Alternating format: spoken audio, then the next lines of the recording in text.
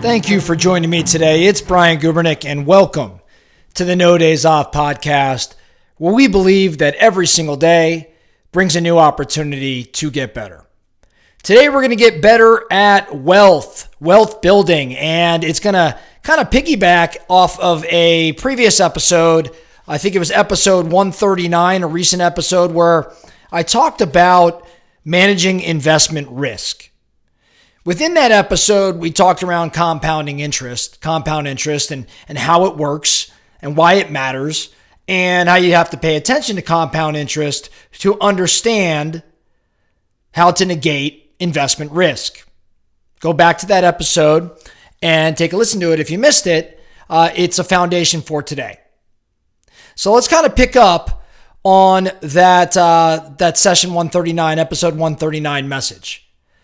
Compounding interest, compounding only works if you can give an asset years to grow. It's like planting a tree. Let's say planting an oak tree. After a year of that, after that tree's been planted, you're not really going to see much, right? There'll be some growth, but it'll be rather nominal. Now, 10 years of growth is noticeable. There's something there.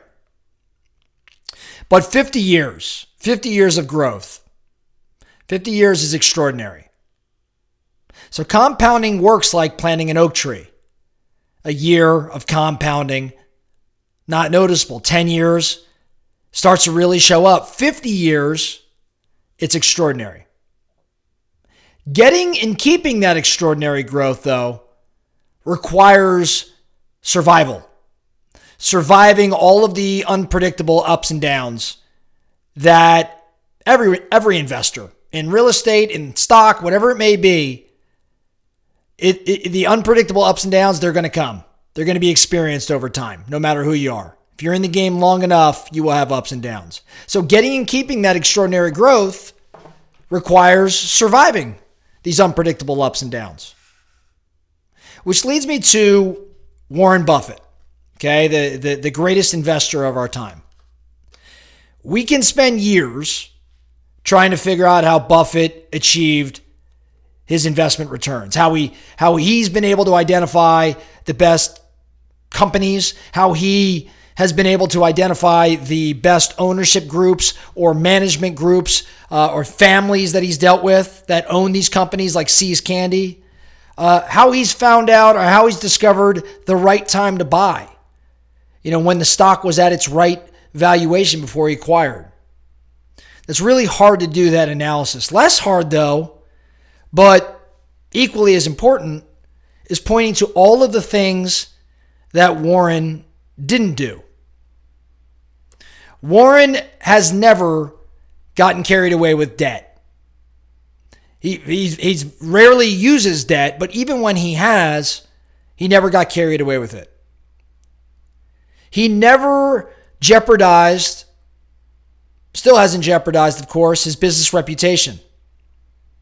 He never once panicked and sold during the 14 or 15 recessions that he's actually lived through, which is amazing. He never attached himself to a single strategy or one single trend or a single world view. He's always been rather open-minded. He's always reading. He's always learning. 90 plus years into his life, he is still reading and learning and committed to certain things, but willing to decommit if he learns something new. He's never relied on other people's money. He never managed investments through a public company. His investors are just simply stockholders. So he's never really had to rely on other people's money. Hasn't yet, still, amazingly so, burned himself out. He's never quit. He's never retired. Warren has survived. Survival has given him in his life longevity. And this single point is what matters most when he's describing his success, his longevity, his ability to survive. Now, I recently heard of a story about a third partner that I maybe heard this before, but I forgot. But a third partner named Rick. Can't remember the guy's last name. Rick was a third partner to Warren Buffett and Charlie Munger. So there was, Warren and Charlie have been partners for years and years and years. But there was a third guy, Rick, who was apparently equally as talented, just as smart, an amazing partner, but also, according to Warren, wanted to get wealthy at a faster clip than his partners, Charlie and Warren. Charlie and Warren always knew they'd get wealthy, but they knew it was going to happen. But they weren't necessarily married to the time frame in which it occurred. Well, apparently Rick was. And so as a result, Rick was more aggressive. And specifically during the 70s, Rick had pulled debt to acquire stock.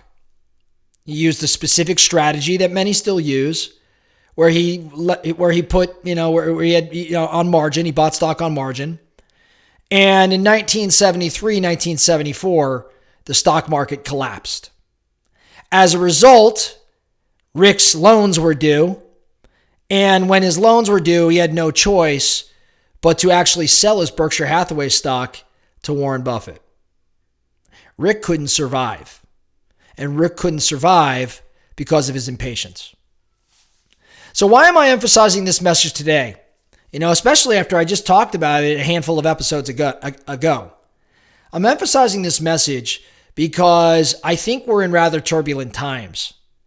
The market's unpredictable right now, the housing market, the stock market. We are seeing signs of economic turmoil. I believe the next 6 to 12 months are going to be really, really interesting. Not just because of interest rates and trying to get inflation under control, but we're going into an election year. There's just a lot. And of course, there's so much going on around the world. There's just a lot of unpredictability.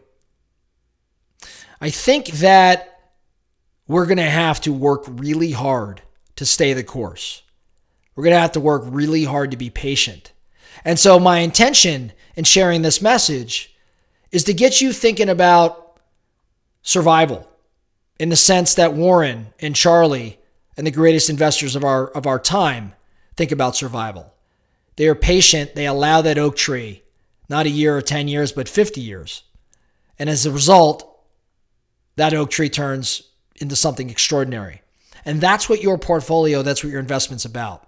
So over the course of the next year, if you're thinking, I got to liquidate, I got to move, and that may be the right call. I'm not giving you financial advice. I'm not licensed to do so. But I just want you to check yourself and ask, do I have staying power? Does this cash flow? Can I survive? And if I do, knowing how compound interest works, what might this turn into? Just something to contemplate. And I really, really encourage you to be patient. To be patient, because creating wealth, it's not an immediate thing. It's something that's going to take years, if not decades. But it'll happen if you stay the course. That's all we have for today, the No Days Off podcast. Thank you so much for listening. And remember, every single day brings a new opportunity to get better. So let's get after it.